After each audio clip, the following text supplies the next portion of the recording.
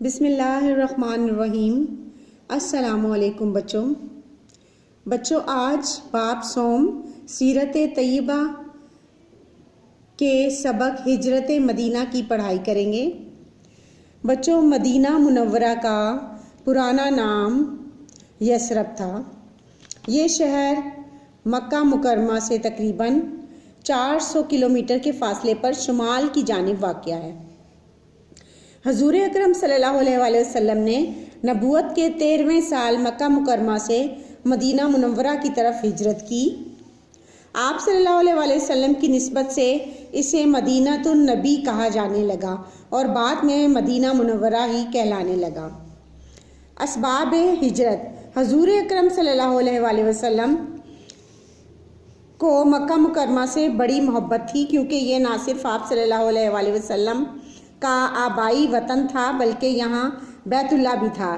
اس کو چھوڑنے کے چند اسباب یہ ہیں۔ ہجرت مدینہ کا بڑا سبب قریش کی ضد اور اسلام دشمنی تھی۔ آپ صلی اللہ علیہ وآلہ وسلم انہیں 13 سال تک اللہ تعالیٰ کا پیغام پہنچاتے رہے، لیکن انہوں نے اسے قبول نہ کیا۔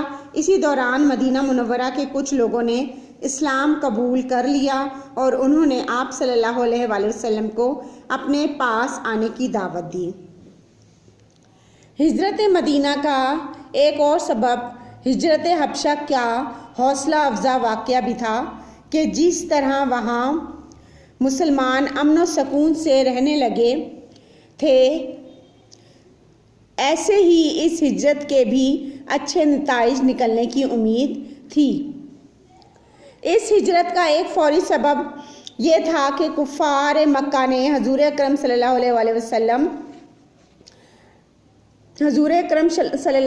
وسلم کو شہید کرنے کا منصوبہ بنایا۔ انہوں نے حضور اکرم صلی اللہ علیہ وآلہ وسلم کے گھر کا محاصرہ کر لیا تو اللہ تعالیٰ نے آپ صلی اللہ علیہ وآلہ وسلم کو مکہ مکرمہ سے مدینہ منورہ کی طرف ہجرت کرنے کا حکم دیا۔ نبی کریم صلی اللہ علیہ وآلہ وسلم نے لوگوں کی امانتیں حضرت علی رضی اللہ تعالیٰ عنہ کے سپرد کی۔ انہیں فرمایا کہ میرے بستر پر لیٹ جاؤ اور لوگوں کی امانتیں لوٹا کر مدینہ منورہ آ جانا۔ حضرت علی رضی اللہ تعالیٰ عنہ نے اس حکم کی تعمیل کی۔ حضور اکرم صلی اللہ علیہ وآلہ وسلم حضرت ابو بکر صدیق رضی اللہ تعالیٰ عنہ کے گھر تشریف لے گئے، انہیں سفر ہجرت میں اپنے ساتھ لیا اور مدینہ منورہ کی طرف روانہ ہو گئے۔ بچوں آگے غار ثور میں قیام ہے، اس کے بارے میں ہے کہ غار ثور میں حضور اکرم صلی اللہ علیہ وآلہ وسلم تشریف لے گئے اور حضرت ابو بکر صدیق بھی ساتھ تھے۔ اس کو آپ نے تفصیل سے پڑھنا ہے۔ اس کے بعد ہے مدینہ منورہ میں تشریف آوری۔ اس کی پڑھائی بھی آپ نے کرنی ہے دھیان سے اور توجہ سے۔ اللہ حافظ۔